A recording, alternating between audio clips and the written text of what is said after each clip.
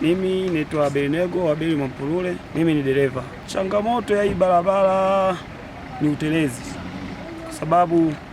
kwa sababu utelezi unasababisha tunaangusha magari huku, tunapata hasara. Lakini endapo serikali itatuangalia labda namna ya kutuboreshea hii barabara kwa kiwango cha lami, angalau hizi hasara labda zitapungua. Mimi naitwa Bala Selemani Ngajilo, mkazi wa Makete. Ombi letu kwa serikali ni kwamba watutengenezee barabara nzuri, yani kwa mfano kiwango cha lami ndio inaweza kutusaidia, kwa sababu sisi tunabeba mzigo mikubwa. Telezi ndio shida na namna ya kupishana huko, kama wanavyochonga barabara inakuwa mviringo namna kama tuta. Takiwa watusaidie wafanye utaratibu wa namna ya kuitengeneza hii barabara, yani isiwe inainuka kama tuta kama kubwa kama hivi, liwe kidogo linakuwa pana, ili maji hata si namna ya kupishana inakuwa nafuu.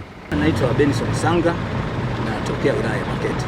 Kama juzi nimepita hapa, tulikesha hapa, siwezi kudanganya. Tulilala hapa. Magari zaidi ya 50 yalikuwepo hapa.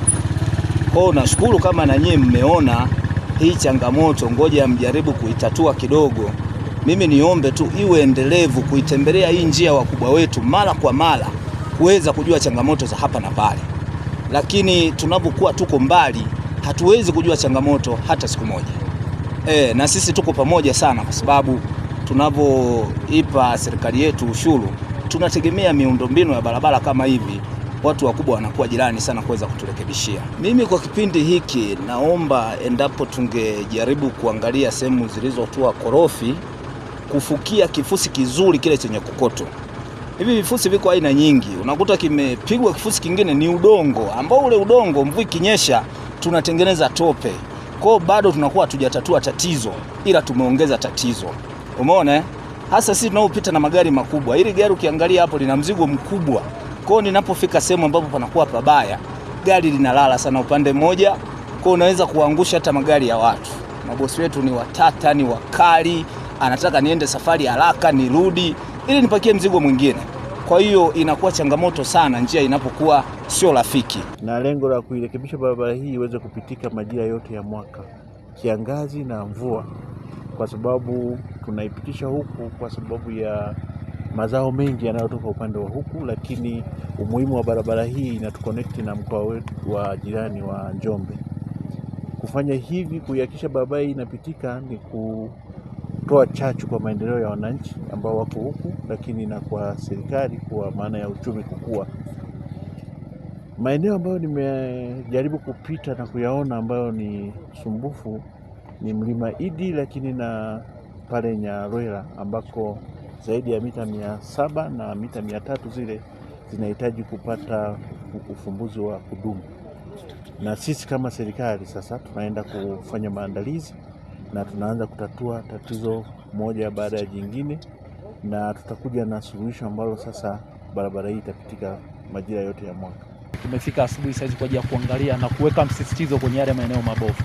Kuna maeneo matatu, kuna Mlima Idi, kuna pale mlima wa Nyarwela, haya na hapa katikati ndio maeneo sumbufu sana. Tumemwelekeza mkandarasi aweke nguvu hapo kuhakikisha kwamba wananchi hawapati adha tena kama ilivyokuwa ikijirudia kwenye miaka mingine. Na nyinyi mmeshuhudia mkandarasi amekuhakikishia hapa kwamba atafanya vizuri na atasukuma hii barabara iende haraka, ili mvua pale zitakapokuwa zinaanza zimechanganya basi isigeuke kuwa changamoto. Hii barabara ni muhimu sana kwa Mbeya vijijini, lakini kwa mkoa wa Mbeya kijumla.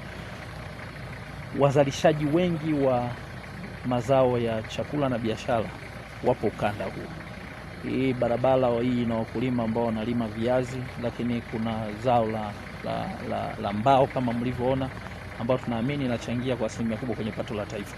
Sasa kuwekeza nguvu na macho kwenye hii barabara ni jambo la msingi. Lakini pia umuhimu mwingine wa hii barabara, inaunganisha kati ya mkoa wa Mbeya na mkoa wa karibu wa Njombe.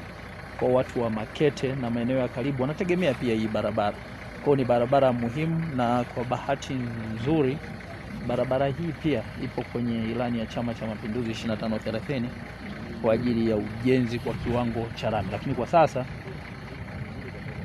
mambo mengine yakiendelea ikiwepo bajeti, tunaangalia hiki kipindi namna gani namna gani tutapambana na hii barabara kuhakikisha kwamba wananchi wanaondokana na ile adha ya miaka yote, na ndio maana tumemshukuru Daktari Samia Suluhu Hassan, Mheshimiwa Rais wa Jamhuri ya Muungano wa Tanzania, kwa kutupatia hizi fedha milioni 600.2 ambazo tunaenda kurekebisha. Tunaamini baada ya marekebisho haya basi wananchi wataendelea kuitumia hii barabara vizuri na salama kwa ajili ya shughuli zao.